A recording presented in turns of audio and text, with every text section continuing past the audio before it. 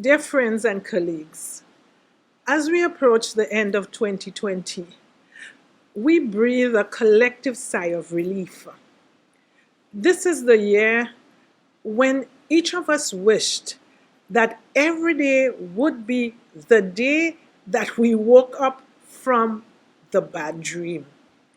It has been a year of tremendous sacrifice and challenges. Our lives have been touched, and we will never be the same. We journeyed through the worst pandemic in a century without fully understanding its extent and severity. Countless lives have been lost. Societies as we knew them have been disrupted. Economies have faltered.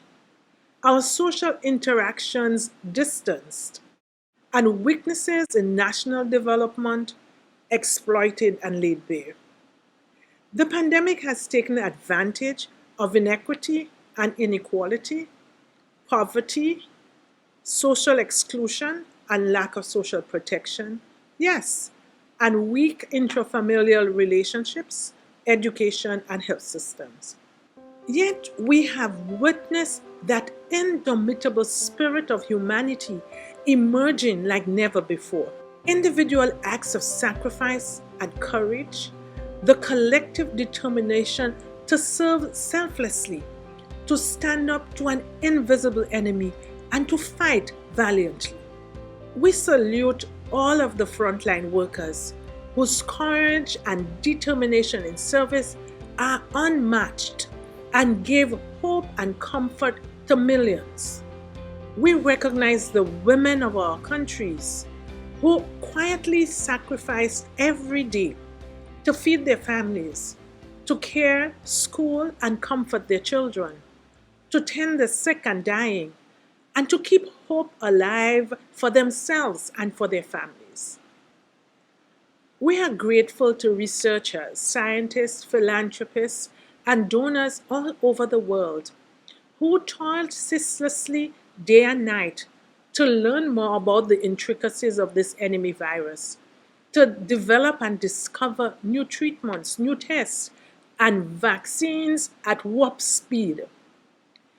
We have greatly appreciated the efforts of governments who brought leadership, coordination, and prioritized the preparation and response of their respective countries while simultaneously seeking to strengthen solidarity among nations. Thumbs up to the children all over the world who have been locked in for so long, locked out of school and school meals, who are struggling to self learn, many without access to the necessary technology or tuition, enduring hunger, boredom, and isolation. Your smiles and laughter may have dimmed for a while, but you too have learned new ways of coping and of surviving.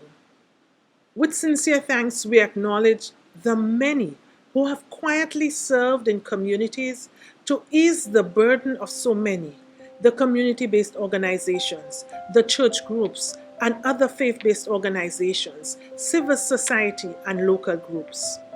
Truly, the spirit of generosity has blossomed in our midst as so many have responded to the needs of others. As the director of the Pan American Health Organization, I have been inspired by my staff. Your solid commitment and unstinting dedication have ensured that we could overcome the many challenges of 2020 with sheer determination and togetherness. You have exemplified courage and bravery in this battle, a resilient spirit, and an unwavering tenacity. The organization has stood with countries and served them well, remaining true to its values and principles and its foundational objective crafted some 118 years ago. There is this quotation that says, and I quote, "Start by doing what is necessary, then do what is possible, and suddenly you are doing the impossible." End of quote. Thank you, dear colleagues, for making the impossible possible. The world can look forward to a 2021 with hope and anticipation. With vaccines on the horizon, we will be able to stop the unrelenting transmission of this virus. It will recede from our lives, but we can never be the same again. There are so many lessons learned on all fronts, in all spheres, that will drive innovation and change and our way of living.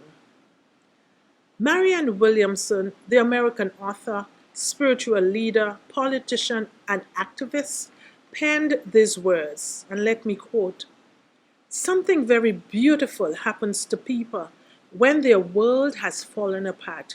A humility, a nobility, a higher intelligence emerges at just the point when our knees hit the floor," unquote. I am very hopeful. Hopeful that we will be a kinder, gentler generation that puts people first and at the very center of development. That all leaders across and within nations will work ceaselessly to eradicate poverty, to root out inequality and inequity and discrimination of any kind, and will recommit to the Sustainable Development Goals. I am hopeful that a new commitment to solidarity will be kindled in the families, communities, and within and between nations. I'm hopeful that we will act to protect the environment, to allow nature to blossom, and to preserve the world for our children, grandchildren, and generations to come. That we will do all that is required to avert another pandemic, while at the same time being well prepared to face another.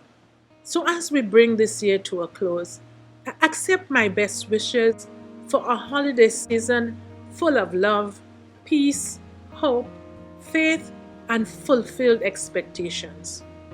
I wish you all and your families a successful and blessed New Year.